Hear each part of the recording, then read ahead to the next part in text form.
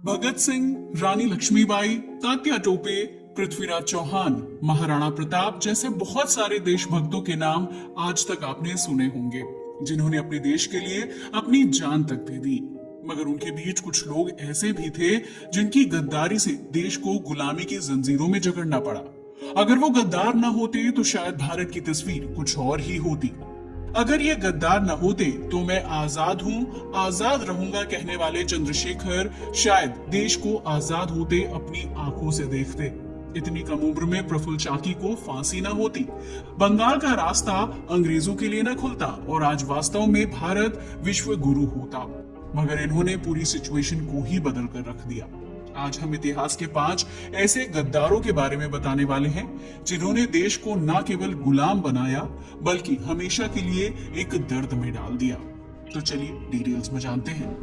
पहले नंबर पर आते हैं गिलानी बंधु। मगर इनकी कहानी को जानने के लिए आपको थोड़ा सा इतिहास में जाना होगा, क्योंकि ये कहानी है अंग्रेजों के भारत आने से पहले की।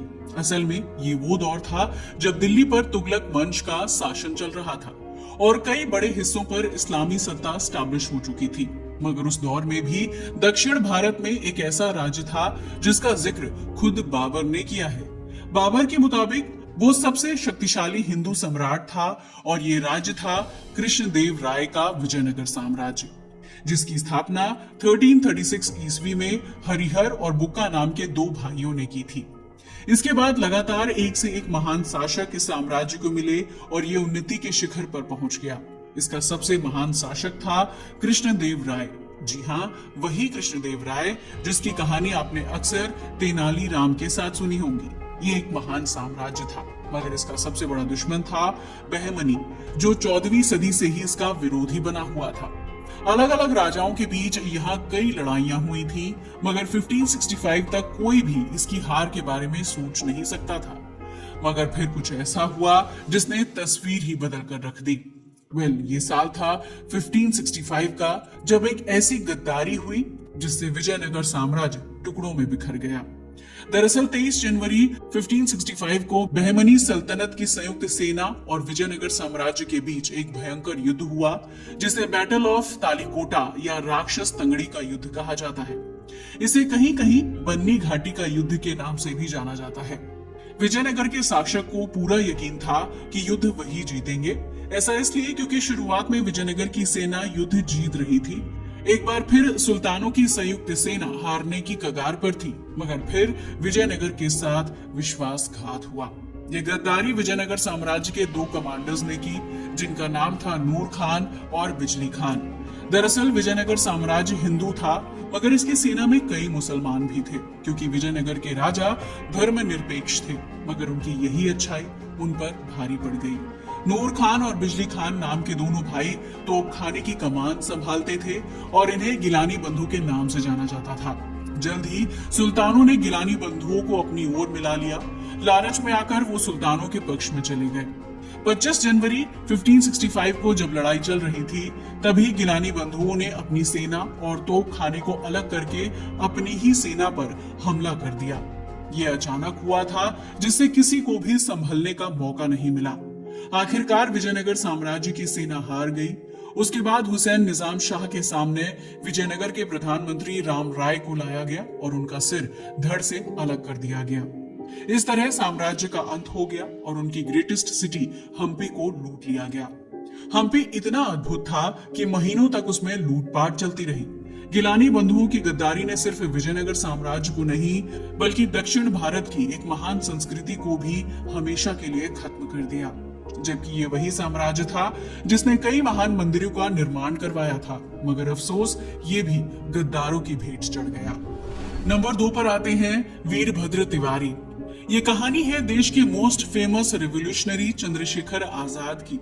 ये देश उन्हें कभी नहीं भूल सकता। अंग्रेजों से लड़ते हुए उन्होंने अपनी जान दे दी थी, मगर जीते जी कभी अंग्रेजों के हाथ नहीं आए। वैसे आज तक आपने सुना होगा कि उन्होंने खुद अपनी जान ली थी, मगर आप ये जानकर हैरान रह जाएंगे कि उनकी मौत एक ट्रेटर इन्फॉर्मेंट की वजह से हुई थी, जिसका नाम था वीरभद्र तिवारी। वीरभद्र तिवारी की बात की जाए तो ये न केवल हिंदुस्तान सोशलिस्ट रिपब्लिकन आर्मी की सेंट्रल कमेटी के मेंबर थे, बल्कि आजाद के मित्र भी थे। मगर आजाद ये नहीं जानते थे कि उन्होंने अपनी ऑर्गेनाइजेशन में एक ट्रेचरस को पनाह दी है, क्योंकि वीरभद्र तिवारी अंग्रेजों का मुखबिर बन चुका था। और 27 फरवरी 1931 के दिन जब आजाद जवाहरलाल नेहरू से मुलाकात करने आनंद भवन पहुंचे थे, तो वो नहीं जानते थे कि वीरभद्र तिवारी ने उनकी हर एक्टिविटी की सूचना अंग्रेजों को दे दी थी। नेहरू से मुलाकात के बाद आजाद अल्फ्रेड पार्क चले गए, मगर तभी वीरभद्र तिवारी ने पुलिस अधिकारी शंभूनाथ सिंह तक ये खबर पहुंचा दी। आजाद कुछ कर पाते उससे पहले ही 80 आर्म्ड पुलिसमैन ने अल्फ्रेड पार्क को घेर लिया और चारों तरफ से गोलीबारी शुरू कर दी। आजाद अंतिम सांस तक डटे रहे। उन्होंने कई पुलिस अधिकारियों को घायल भी किया, मगर इस दौरान उन्हें भी 5 गोलियां लग चुकी थी। वो पूरी तरह से घायल हो चुके थे। आजाद जानते थे कि अगर वो जिंदा पकड़े गए तो अंग्रेज उनसे हर एक चीज का बदला लेंगे। वो हमेशा कहते थे, मैं आजाद हूं, आजाद रहूंगा। इसलिए उन्होंने अपनी पिस्तौल में बची आखिरी गोली से खुद को शहीद कर लिया। असल में जब आजाद शहीद हुए तब तक ऑर्गेनाइजेशन ऑफ रेवोल्यूशनरीज यानी हिंदुस्तान सोशलिस्ट रिपब्लिक एसोसिएशन बिखरने लगा था। ये वो दौर था जब भगत सिंह जेल में थे, उन्हें फांसी से बचाने की हर कोशिश की जा रही थी। मगर इस दौरान आजाद का शहीद हो जाना ऑर्गेनाइजेशन के लिए किसी बड़े शौक से कम नहीं था, क्योंकि आजाद की सबसे बड़ी खासियत ये थी कि अंग्रेज उन्हें इम्पोस्टर कहते थे, क्योंकि उनकी केवल एक तस्वीर हासिल करने में ही अंग्रेजों के पसीने छूट जाते थे। कोई नहीं जानता था कि आजाद कब कहां किस रूप में होंगे, मगर वीरभद्र तिवारी की गद्दारी के कारण भारत ने अपने सबसे बड़े क्रांतिकारियों में से एक को खो दिया। क्या पता अगर वीरभद्र तिवारी ने गद्दारी ना की होती तो आजाद अपने देश को स्वतंत्र होते अपनी आंखों से देख पाते, मगर अफसोस ऐसा हो न सका। तीसरा गद्दार है राणा जंग बहादुर। ये कहानी जुड़ी हुई है भारत के पहले स्वतंत्रता संग्राम से। जी हाँ, ये बात है 1857 की, जब रानी लक्ष्मीबाई और तात्या टोपे जैसे महान सेनानियों ने अंग्रेजों को नाको चने चबवा दिए थे। तात्या टोपे और रानी लक्ष्मीबाई के बारे में तो आपने जरूर सुना होगा, मगर उसी समय एक और शख्स थे जो भारत की आजादी के लिए लड़ रहे थे, जिसका नाम था खान बहादुर खान। खान बहादुर खान की बात की जाए तो ये आखिरी रोहिल्ला सरदार थे। इन्होंने अपनी एक अलग पैदल सेना तैयार कर रखी थी जो बेहद शक्तिशाली थी। 31 मई 1857 को नाना साहब पेशवा की योजना के अकॉर्डिंग खान बहादुर खान ने रोहिलखंड डिवीजन को अंग्रेजों से आजाद कर लिया था। इतना ही नहीं, उनके डर से सभी अंग्रेज नैनीताल भाग गए थे। इसके बाद भी लगातार खान बहादुर खान का अंग्रेजों से कॉन्फ्लिक्ट चलता रहा, मगर फिर 13 मई 1858 को कुछ ऐसा हुआ जिसमें भारतीयों को हार का मुंह देखना पड़ा। असल में इस दिन अंग्रेजों के साथ उनकी आखिरी लड़ाई थी। लड़ाई में हार के बाद खान बहादुर खान नेपाल चले गए, मगर नेपाल में एक गद्दार ने उन्हें धोखा दे दिया, और ये गद्दार और कोई नहीं बल्कि राणा जंग बहादुर था। एक्चुअल में नेपाल में राणा जंग बहादुर ने उनकी खबर अंग्रेजों को दे दी थी, जिससे अंग्रेजों ने उन्हें पकड़ लिया।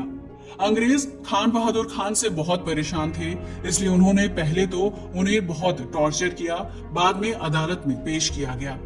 22 फरवरी को कमिश्नर ने उन्हें दोषी करार दिया और फांसी की सजा सुनाई। 24 फरवरी 1860 को पुरानी कोतवाली पर उन्हें सरेआम फांसी दे दी गई। इस तरह एक फ्रीडम फाइटर की बहुत ही ट्रेजिक डेथ हो गई। अब बढ़ते हैं अगले गद्दार की तरफ, जो देश को गुलाम बनाने में सबसे ज्यादा रिस्पॉन्सिबल था, और ये कोई और नहीं बल्कि मीर जाफर था। असल में ये बात है 18वीं सदी की, जब अंग्रेजों ने बंगाल को जीता था। बंगाल को जीतते ही अंग्रेजों के लिए भारत को जीतने के दरवाजे खुल गए थे, मगर इस दरवाजे की चाबी उन्हें पकड़वाने वाला एक भारतीय ही था, जिसका नाम था मीर जाफर। मीर जाफर की बात की जाए तो ये सिराजुद्दौला के सेनापतियों में से एक था, जिस पर नवाब बहुत ज्यादा विश्वास किया करते थे, मगर उसने उन्हें धोखा दे दिया। अगर मीर जाफर बंगाल के नवाब सिराजुद्दौला को धोखा नहीं देता तो अंग्रेज बंगाल को कभी जीत ही नहीं पाते। असल में 18वीं सदी में बंगाल सबसे ज्यादा अमीर हुआ करता था। देश का मोस्टली ट्रेड केवल और केवल बंगाल से होता था, और इसके नवाब थे सिराजुद्दौला। सिराजुद्दौला के पिता थे अलीवर्दी खान। अलीवर्दी खान अंग्रेजों को अच्छे से समझते थे, इसलिए उन्होंने सिराजुद्दौला से कहा था कि चाहे कुछ भी हो जाए, अंग्रेजों को किले बनाने की परमिशन कभी मत देना, क्योंकि ये ऐसे मधुमक्खी हैं जो तुम्हें डंक मारेंगे ही। इसलिए सिराजुद्दौला अपने पिता की बात मान रहा था, मगर अंग्रेज तो कुछ और सोचकर बैठे थे। वो लगातार यहाँ किले बना रहे थे। उन्होंने नवाब की कोई बात नहीं मानी, जिसकी वजह से एक समय ऐसा आ गया कि वॉर एसेंशियल्स हो गए। अंग्रेज बंगाल में अपनी मनमानी कर रहे थे, जिससे गुस्सा होकर सिराजुद्दौला ने अंग्रेजों के फोर्ट विलियम पर कब्जा कर लिया। 1757 में अंग्रेजों और सिराजुद्दौला के बीच वॉर होने लगा। इस जंग को सिराजुद्दौला ही जीतने वाला था, मगर उसके सेनापति ने ही उसे धोखा दे दिया, क्योंकि मीर जाफर तो पहले ही अंग्रेजों से हाथ मिला चुका था। हालांकि आप जानकर हैरान रह जाएंगे कि सिराजुद्दौला ने मीर जाफर को आज तक के अपने सारे रिश्तों की याद दिलाई और अपनी पगड़ी तक उसके सामने रख दी थी, मगर तब तक लालच मीर जाफर के सिर पर चढ़ चुका था। बस फिर क्या था, उसने नवाब को रक्षा का वचन तो दिया, मगर उसके पीछे उसकी जो मंशा थी उसे नवाब समझ नहीं पाया। मीर जाफर ने नवाब को जंग के मैदान से निकलने की सलाह दी और आखिरकार बेचारा नवाब अपने 2000 भरोसेमंद सैनिकों के साथ प्लासी से निकल गया। बस फिर क्या था, मीर जाफर ने नवाब के मरने की अफवाह फैला दी, जिससे सेना का मनोबल टूट गया और वो पीछे भाग गए। इसी कारण प्लासी का युद्ध अंग्रेज जीत गए। मगर मीर जाफर की गद्दारी यहीं खत्म नहीं हुई थी। उसने बंगाल के एक बगीचे से सिराजुद्दौला को न केवल गिरफ्तार करवाया, बल्कि मुर्शिदाबाद लाकर उसकी हत्या तक करवा दी। इस तरह अंग्रेजों के लिए भारत का रास्ता खुल गया। पर कहते हैं ना, जैसी करनी वैसी भरनी।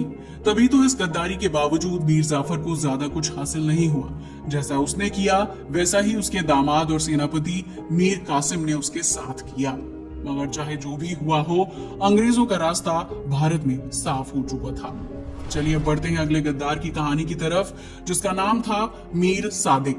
एक्चुअल में अंग्रेज इस मामले में बहुत खुशनसीब साबित हुए, क्योंकि उन्हें बाहर से गद्दार ढूंढने की जरूरत नहीं पड़ी। हर कदम पर भारत में ही उन्हें गद्दार मिलते गए, जिन्होंने अंग्रेजों के रास्ते को और भी आसान कर दिया। ऐसा ही एक गद्दार था मीर सादिक, जिसे भारतीय इतिहास के सबसे कुख्यात गद्दारों में से एक माना जाता है। इसकी गद्दारी का अंदाजा आप इस बात से लगा सकते हैं कि इसकी वजह से अंग्रेजों को मैसूर की रियासत मिल गई थी। जी हाँ, वही मैसूर जहां टीपू सुल्तान का शासन हुआ करता था। टीपू सुल्तान लगातार अंग्रेजों को भगाने के लिए जंग लड़ रहा था। वैसे अगर मीर सादिक की बात की जाए तो ये टीपू सुल्तान का प्रधानमंत्री हुआ करता था। वैसे तो वो टीपू के बेहद करीब था, मगर अंग्रेजों के लालच में आकर उसने एक साजिश रची और अपने ही राजा को धोखा दे दिया। असल में मीर सादिक टीपू की हर प्लानिंग एंड स्ट्रेटजी के बारे में अंग्रेजों को जानकारी देता रहा और टीपू को कभी इस बात की भनक तक नहीं लगी।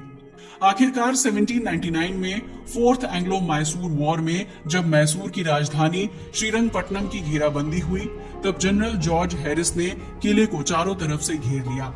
टीपू सुल्तान ने अपनी आखिरी सांस तक लड़ाई लड़ी। इनफैक्ट ऐसा कहा जाता है कि इस बार भी वो अंग्रेजों को हरा सकता था।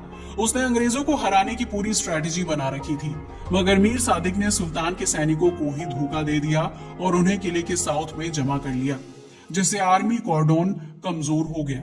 मौके का फायदा उठाकर अंग्रेजों ने हमला किया और किले में घुसने में कामयाब हो गए और फिर आखिरकार टीपू की हत्या कर दी गई। आखिरकार मीर सादिक की गद्दारी लोगों के सामने आ गई और लोग उससे नफरत करने लगे। हालांकि अंग्रेजों ने उसे सम्मानित किया, मगर आज भी मीर सादिक की कब्र को बहुत ही नफरत से देखा जाता है। चाहे जो भी हुआ हो, ये सब अंग्रेजों के ही फायदे का था। वैसे ये तो बस कुछ नाम है, भारत के इतिहास में न जाने कितने ऐसे गद्दार हैं। वैसे आपको क्या लगता है, इनमें से सबसे बड़ा गद्दार कौन था? अगर आपको हमारी ये सीरीज पसंद आई हो तो हम आपके लिए ऐसी और भी वीडियोस लेकर आएंगे, मगर उसके लिए आपको हमारी वीडियो को लाइक और शेयर करना होगा और हमारे चैनल को सब्सक्राइब भी करें। जय हिंद दोस्तों।